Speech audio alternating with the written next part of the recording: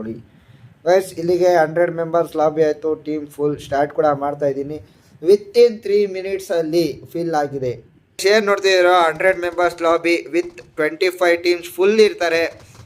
ಬಂದು ಏನು ಈ ಸ್ಪೋರ್ಟ್ಸಿಗೆ ಪ್ರಾಕ್ಟೀಸ್ ಮಾಡಬೇಕು ಮಾಡಿ. ಫ್ರೀ ಎಂಟ್ರಿ ಕೂಡ ಇರುತ್ತೆ. 100 ಮೆಂಬರ್ಸ್ ಲಾಬಿ, ಒಳ್ಳೆ ಫೈಟ್ ಕೂಡ ಇರುತ್ತೆ. ಒಳ್ಳೆ ಲಾಬಿ ಅಂತಾನೆ ಹೇಳ್ತಿರ್ಬೋದು. ಟೋಕಿಯೋ ಗೇಮಿಂಗ್ ಒಂದು ಒಳ್ಳೆ ನಾಕ್ ಕೂಡ ಮಾಡ್ಕೊಂಡಿದ್ದಾರೆ.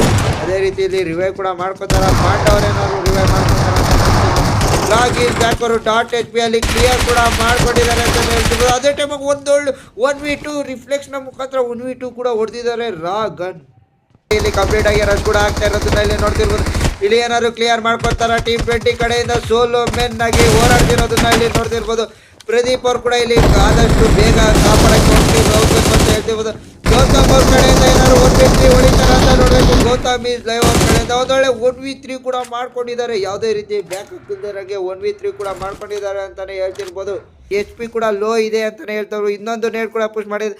ಅದೇ ಟೈಮಲ್ಲಿ ಒಳ್ಳೆ ಟೈಮ್ ಅಂತ ಹೇಳ್ಬಿಟ್ಟು ನೇಡ್ ಕೂಡ ಮಾಡ್ಕೊಂಡು ನೇಡ್ನ ಮುಖಾಂತರ ಡ್ಯಾಮೇಜ್ ಆಗಿ 1 HP ಅಲ್ಲಿ ಉಳಿದಿದ್ದಾರೆ ಅಂತಾನೆ ಹೇಳ್ತಿರ್ಬೋದು.